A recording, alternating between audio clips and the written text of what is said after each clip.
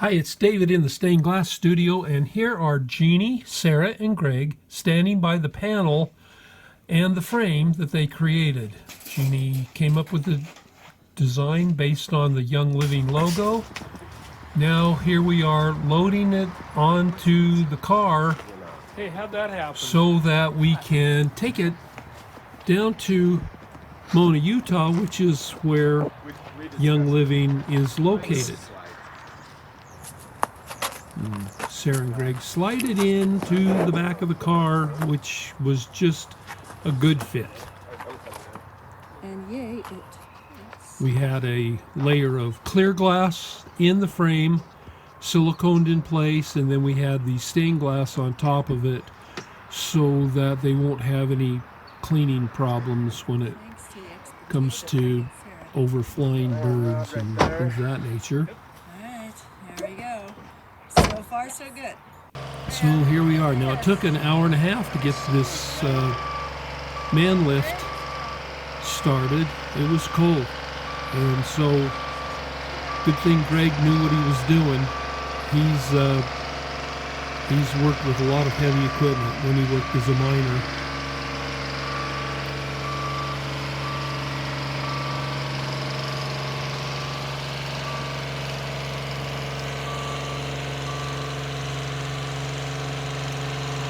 Now here he is cutting into the material on the stucco back behind where the window frame is so that he can get his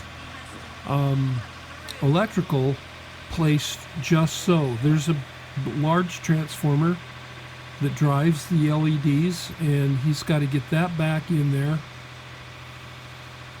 And so that was a bit of a challenge, and I really admire Greg for being able to do that.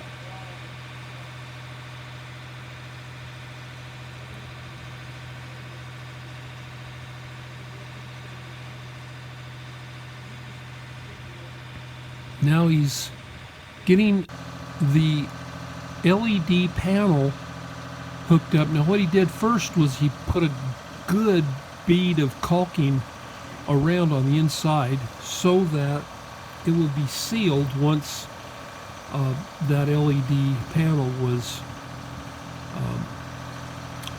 mounted with screws. The screws went right in, right through the LED panel and into the backer board that the stucco had been applied to. And so now here we go. Faxton and Greg are putting that framework onto the man lift. That sure saved a lot of effort, not having to pick that thing up on a ladder.